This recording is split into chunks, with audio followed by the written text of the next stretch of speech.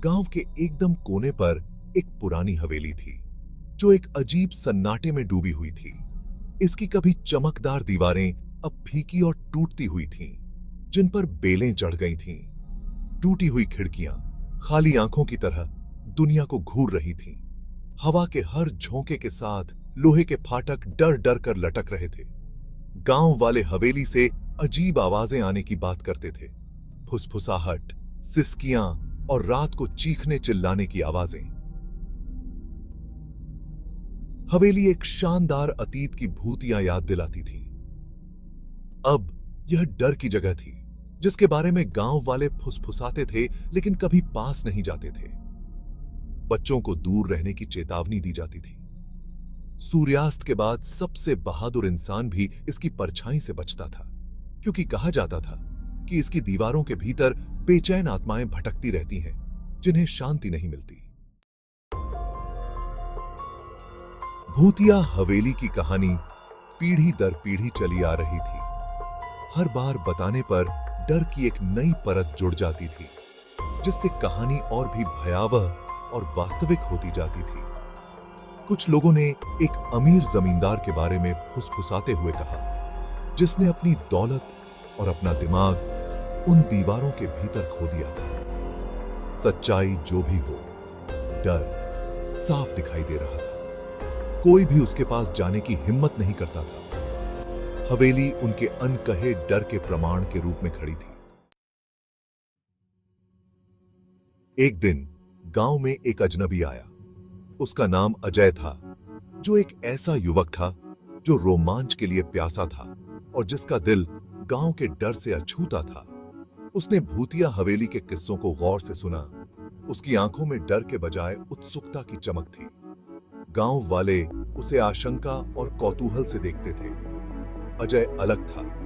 उसने कहानियों को केवल अंधविश्वास कहकर खारिज नहीं किया।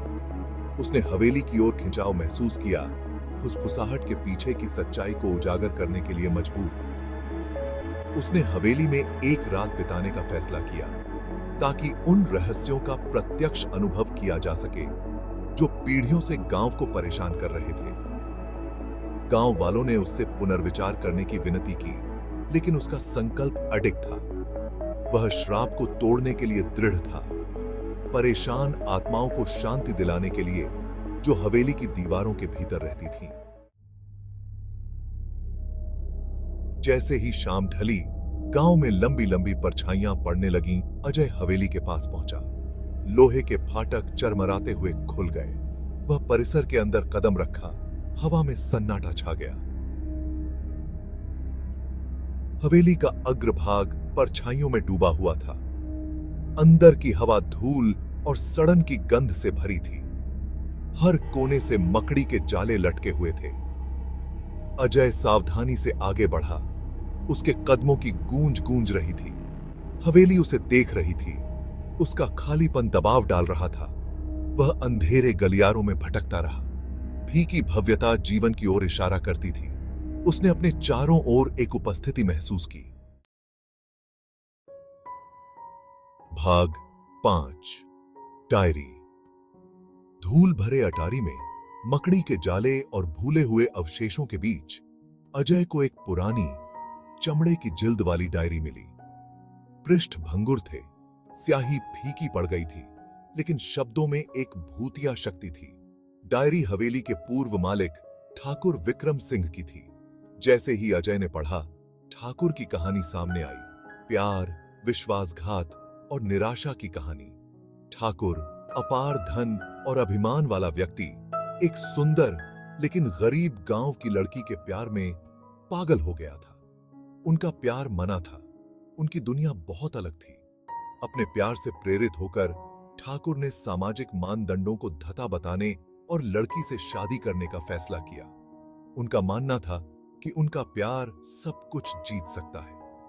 हालांकि उनके फैसले का न केवल उनके परिवार से बल्कि गांव के बुजुर्गों ने भी कड़ा विरोध किया। भाग 6। श्राप। प्यार में अंधे ठाकुर ने एक न सुनी। वह शादी के साथ आगे बढ़ा, उस तूफान से बेखबर जो आने वाला था। गुस्से में गांव की लड़की के एक ठुकराए हुए प्रेमी ने ठाकुर को शाप दिया। उसे और उसकी प्रेमिका को हवेली की दीवारों के भीतर अनंत अशांति की निंदा की। श्राप ने तेजी से और क्रूरता से प्रभाव डाला। ठाकुर की नई मिली खुशी चकनाचूर हो गई। उस पर दुर्भाग्य आ पड़ा। उसका धन कम हो गया और उसकी प्रेमिका की रहस्यमय परिस्थितियों में मृत्यु हो गई। दिल टूटा हुआ और निराशा में डूबा हुआ ठाकुर अपनी जान ले ली। श्राप का भार सहन करने में असमर्थ उसकी आत्मा अपनी प्रेमिका के साथ हवेली के भीतर फंस गई। उनकी पीड़ा की चीखें सालों तक गूंजती रहीं। ग्रामीणों का मानना था कि यह वह अभिशाप था जिसने हवेली को डर की जगह बना दिया, एक ऐसी जगह जहां जीवित रहने की हिम्मत नहीं करता था। भाग 7। मदद की तलाश। अजय ने डायरी बंद कर दी। दुखद कहानी का भार उसके दिल पर छा गया। वह अंततः हवेली के दुख के स्रोत को समझ गया। उसके गलियारों में सताने वाली द्रुत शीतन चीखों का कारण। वह जानता था कि उसे ठाकुर और उसकी प्रेमिका को शांति पाने में मदद करनी है।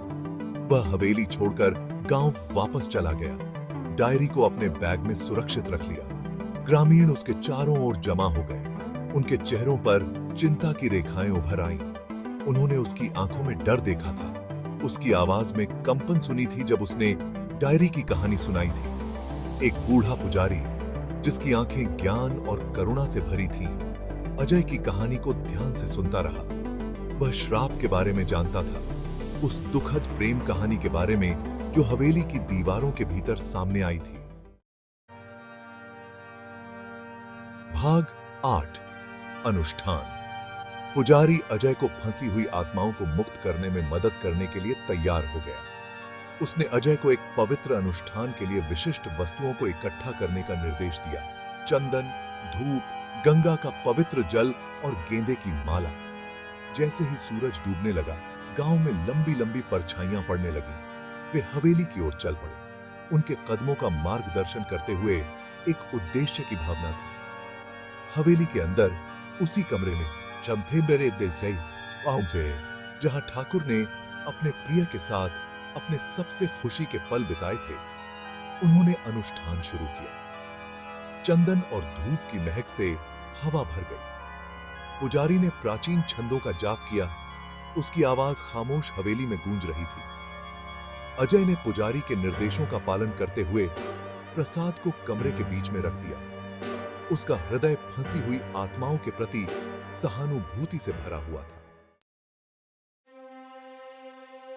भाग 9। मुक्ति। जैसे ही अनुष्ठान अपने चरम पर पहुंचा, हवेली जागृत होने लगी। टूटी खिड़कियों को चीरती हुई हवा बाहर गरजी। उनके चारों ओर धूल घूम रही थी और तापमान गिर गया, जिससे अजय की रीढ़ की हड्डी में कंपी दौड़ गई। फिर जैसे ही अचानक शुरू हुआ, हंगामा बंद हो गया। हवेली पर एक गहरा सन्नाटा छा गया, पहले से भी भारी, फिर भी अजीब तरह से शांतिपूर्ण। उस सन्नाटे में अजय ने एक उपस्थिति का अनुभव किया। उसने उन्हें देखा। मोमबत्ती की रोशनी में मंगगी आकृतियां झिलमिला रही थी। ठाकुर और उनकी प्रेमिका, उनके रूप एक नई शांति से भर गए। उन्होंने अजय को देखा। उनकी आंखें कृतज्ञता से भर गईं।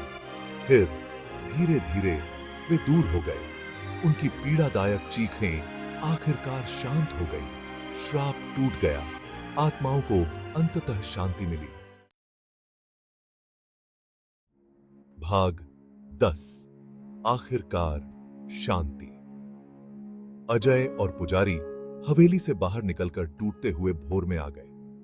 सूरज की पहली किरणों ने ढहते हुए अग्रभाग को छू लिया, मानो वर्षों के अंधेरे और निराशा को मिटा रहे हों। हवा हल्की लगी। दमनकारी सन्नाटा पक्षियों के चहचहाने से बदल गया। हवेली हालांकि अभी भी खंडहर में है, अब खतरे की हवा नहीं थी। हवेली के उद्धार की खबर जंगल की आग की तरह पूरे गांव में फैल गई। ग्रामीण अजय के इर्द गिर्द जमा हो गए। उनके चेहरे राहत और कृतज्ञता से सराबोर थे।